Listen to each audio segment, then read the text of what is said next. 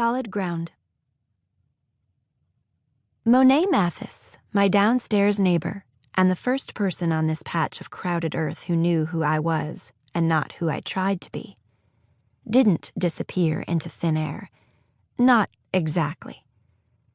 The night I lost her was clear and gray, hot, and only faintly harsh smelling.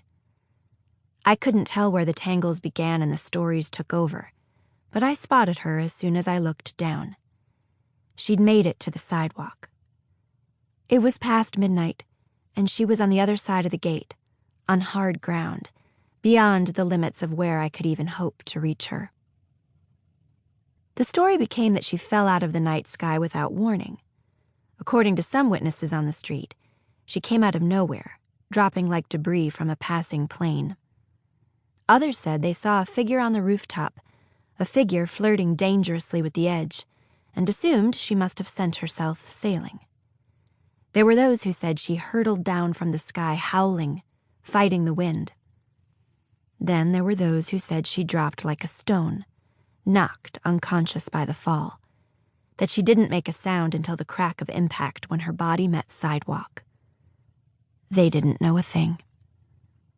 It was true Monet landed just outside the gated entry to Catherine House, where she had a room that faced east on the 4th floor.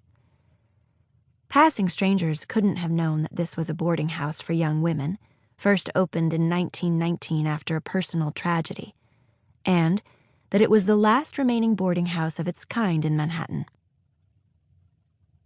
In the gate's webbing of wrought iron, the words Catherine House could be made out. But the house's namesake was long gone, and the gate itself secured for the night, as it was solidly past curfew. No girl was getting in or out, even if she banged on the bars. We all agreed to that rule when we moved in. The girl who appeared from the sky, they didn't know her name. They didn't know her way of feeding on secrets while never offering any authentic ones of her own. Narrowly avoided being skewered by one of the spiked posts gaping up at the darkness. The sidewalk fractured beneath her, hairlines skittering in all directions as if from a lightning strike. Belly down, arms reaching, cheek to pavement. She was the center. The sound of her landing practically popped eardrums. Then quiet. So much quiet, the streetlights could be heard letting out their hum.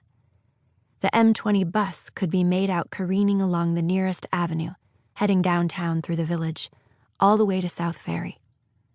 A car alarm bleated in the distance.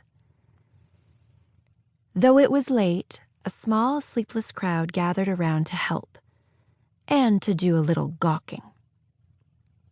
A few people from the block came down from stoops, gripping house keys, searching out the source of the noise. The old lady in the basement apartment across the street came out clutching a squirming cat. The lady was threatening to call in another complaint to 311. A gaggle of tourists who'd gotten turned around where Waverly Place met, somehow, impossibly, Waverly Place, paused to point. A man walking his tiny dog on a studded leather leash glanced at the body, then doubled back and took a detour around the block. They were all strangers to us.